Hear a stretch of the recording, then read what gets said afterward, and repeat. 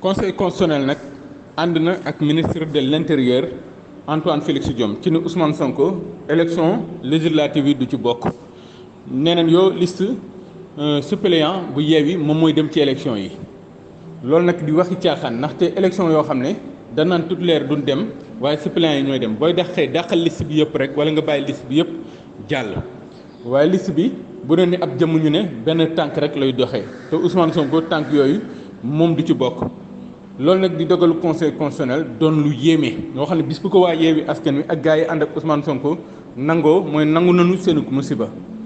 ndaxte tappale yi am ci élection fii ci réew di Sénégal ak sélection gi am ak bañ cohabitation gi am moo tax président Macky Sall di jéem lu ne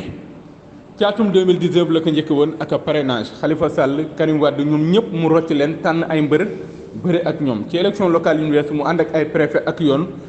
ba opposition bi fi ëpp ci réew mi amu fa woon ab liste loolu nag la mos mu neex ba ci élection locale yi mu dax ay liste yu bëri yi ci mel ay gëm sa bopp ak ñoomin seen jamono ji ngay jàllale Pape Djibril Fall ay bokk gis-gis ak aar Sénégal yooyu la coalition ban doole lan am ban ne benn erreur amul seen i liste loolu ay waxi caaxaan la waaye teewul bàyyi nañ leen ñu jàll ndaxte ñooñu ñooy opposition buñ tànnal seen bopp ngir jàkkaarloo ci élection cooli ci liste Ndakaaru lañ ko waajoon waaye boobu danoo bëggoon a jox rek kii di conseil constitutionnel après crédibilité liste Ndakaaru boobu fépp fu mën a jàllee liste nationale bu Yewwi mën fee jàllee léegi nag ñuy def seen i tappale ak seen i caaxaan ngir Ousmane Sonko bañ a bokk ci yële élection loolu tax Yewwi Askan Wi ak wàllu war a am fulla ak fayda ci élection yi mooy bu liste nationale bu Yewwi jàllul ak Ousmane Sonko élection du am Sénégal wala boog bu élection di am Yewwi ak wàllu duñ ci bokk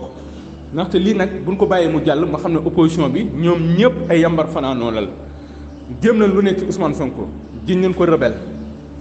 jiñ nañ ko nooxoor jiñ nañ ko violeur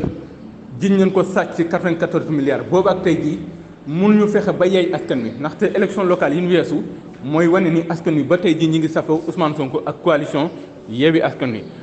pexe yi ñuy def sax bokk na ci biir Yewwi Askan Wi ñu fay waxloo ay nit ñu naan Yewwi tas na Yewwi tasul lu ne ñu jéem ko ngir tas Yewwi Mahmoud Saleh nag lu mu waxoon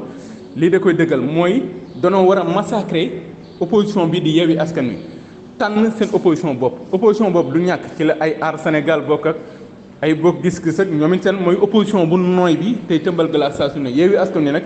danoo dëgër loolu Macky Sall sax wax na ko ci Jeune Afrique Barthélémy Dias ak Sonko ak seen xët-xët ak seen ko tàngoor Macky Sall dem na ba nangu ñu ñoom ñooy opposition bu dëgër bi Macky Sall nag kii dëgëral ci kanam lay bañ waaye lii conseil constitutionnel dogal ci ni Ousmane Sonko ak liste ba mu jiite du bokk ci élection député yi bis bu waa Yewwi Askan Wi ak gars yi Sonko yi bàyyee mu jàll bu boobaa ñu xam ne door nañ seen loxo ci ëkk ndaxte bis bu lii jàllee 2024 bu Sonko nekkul candidat ci ay tappale bu mu bett kenn kon le 8 bii di 8 juillet waa Yewwi Askan Wi war nañu wane seen diisaay loxo nanu ko defoon ci weeru mars ndaxte nguurug Macky Sall xamuñu ni buur saay na waaye buur deel na lan xam wala buur nee na neneen